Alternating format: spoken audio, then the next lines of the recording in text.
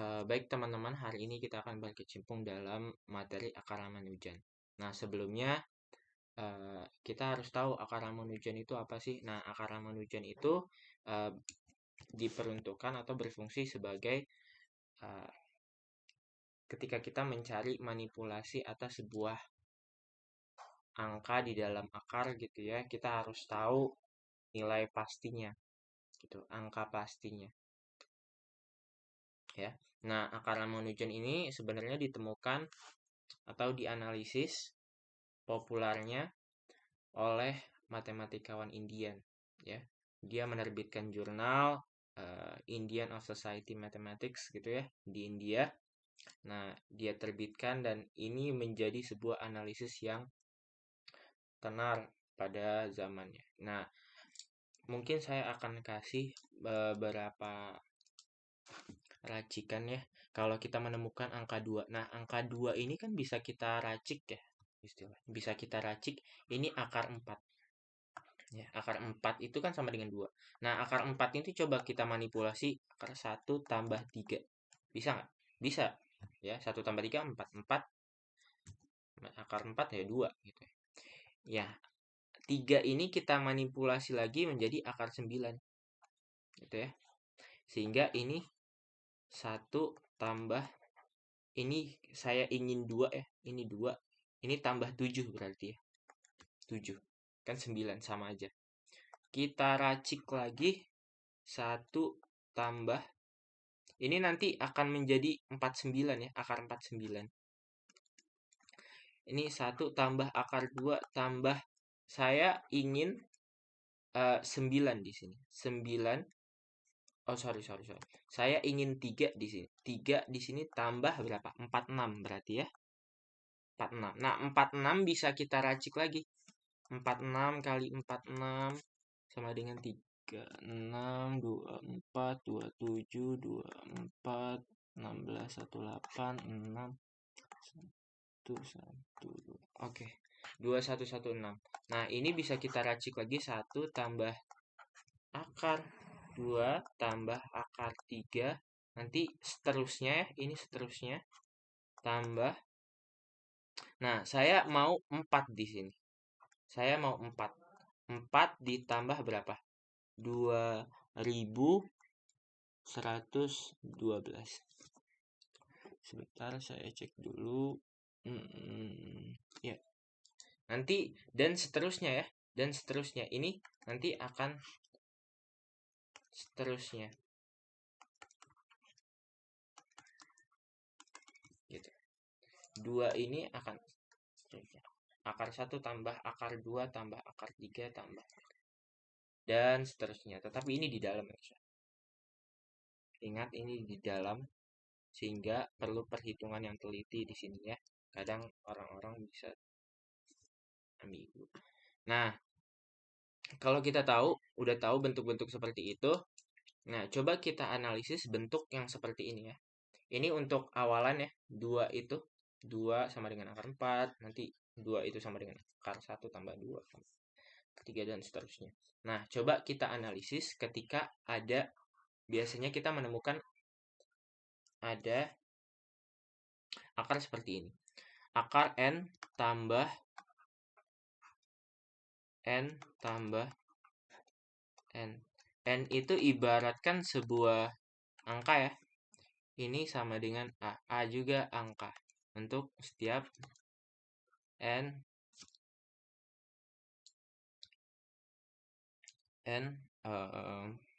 elemen bilangan asli ya. N dan A. Sorry. Nah, coba kita analisis bentuk-bentuk yang seperti ini. Kita akarkan. Kita kuadratkan. Kita kuadratkan sehingga kita mendapatkan N tambah akar N tambah akar N tambah dan seterusnya. Ini A kuadrat gitu ya. Nah, tadi kan kita tahu akar N tambah akar N tambah akar N itu kan sama dengan A. Sehingga ini bisa kita rubah. Ini A yang tadi ya. Karena ini sampai hingga. Sehingga ini N tambah A sama dengan A kuadrat gitu ya. Nah, kita kuadrat sempurnakan aja. A min N gitu ya, sama dengan 0. Kita pakai rumus kuadratik ya. Kita pakai rumus kuadratik sehingga kita mendapatkan A1. A-nya apa? A1. A12-nya min B gitu ya. A, sorry. Plus minus akar B kuadrat gitu ya. Ini sorry. Min B, ini kan 1, B-nya 1, sorry. B-nya sama dengan min 1. Yang ini koefisien dari A-nya 1, ini koefisien C-nya. Ibaratkan A kuadrat tambah A X BX tambah C gitu ya. Ibaratkan seperti ini, nanti kita masukkan. Sehingga ini apa? Jadi 1 plus minus A4N tambah 1 gitu ya. Ini kan 1 kuadrat min 4 kali min 1 kali 1 tambah 4 per 2 gitu ya. Nah, karena A tidak memenuhi bilangan negatif gitu ya, atau karena A itu bilangan asli, sehingga A itu hanya minnya nggak usah ya, 1 tambah 4N tambah 1 per 2 gitu ya. Nah, dengan metode yang sama ya, dengan metode yang sama gitu ya. Metode yang sama kita mendapatkan apa? Ketika kita diketahui N per N min N dan seterusnya gitu ya, dan seterusnya sama dengan A, sehingga kita mendapatkan persamaan A kuadrat tambah A min N sih. Nah, ini nanti kita mendapatkan apa? Ini sama aja ya, 1 per 2 1 tambah 4N tambah 1.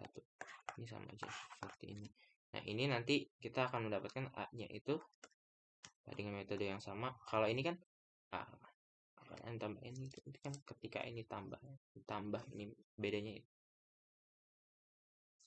Nanti kita akan mendapatkan 1 per 2 min 1 gitu tambah 4N tambah 1. Teman-teman bisa mencobanya sendiri ya. Nanti ya seperti itu. Nah, selanjutnya saya mempunyai prasyarat yang mungkin teman-teman bisa untuk baca terlebih dahulu ya. Teman-teman bisa baca dulu. Ini bersyaratnya. Saya besarkan.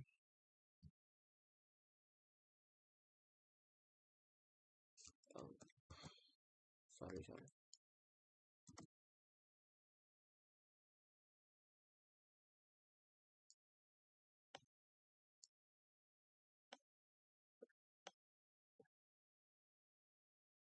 Ya, di sini saya mengcopy sedikit ya. Di sini ada akar bersarang tak terhingga versi Ramanujan. Nah, Ramanujan ini membuat soal di Journal of Indian Mathematical Society gitu ya. Bagaimana dengan akar seperti ini, permasalahan ini diselesaikan dengan menggunakan rumus. Inilah yang ditemukan oleh Ramanujan. Esensial dari penelitiannya itu akar ini nih. Ya. Ini mungkin kalian bisa highlight dulu yang ini. Nanti penemuannya bagaimana dan proses Ramanujan menemukan ini seperti apa, ini kita baca selanjutnya. Misalkan hasil dinyatakan dalam fungsi f sehingga f kuadrat x tambah ini nanti kalau dikuadratkan gitu ya. Ini kalau dikuadratkan, ini semisal ini a, ini kalau dikuadratkan ya. Oh enggak, semisal ini fx ya. Ini fx-nya dikuadratkan gitu ya. Nanti kan menjadi seperti ini. ini akarnya dibuang gitu, ini juga dikuadratkan soal. Dikuadratkan, ini dibuang, AX tambah N tambah AX gitu ya. Tambah X, akar gitu ya, seperti ini. Nah, setelah dianalisis, Ramanujan tuh tahu ada pola di sini. Bagaimana polanya? Kita lihat balik ke fx-nya ya. Kita lihat balik ke fx-nya apa sama. Nah, di sini kan x ya. Coba kita highlight di sini x. Di sini x, di sini x. N tambah A kuadratnya sama ya. Ininya sama. Yang beda adalah di sini ada x, di sini ada x. Di sini x tambah n, di sini x tambah n. Sehingga apa? Fungsi yang tadi kita ibaratkan fx itu kita ganti f x tambah n. Ini fungsi baru, ini fungsi baru yang disederhanakan menjadi x tambah n tambah ya. Ini ax ini sama nih, ini sama. Nah, karena ininya aja berulang gitu ya. Yang ini berulang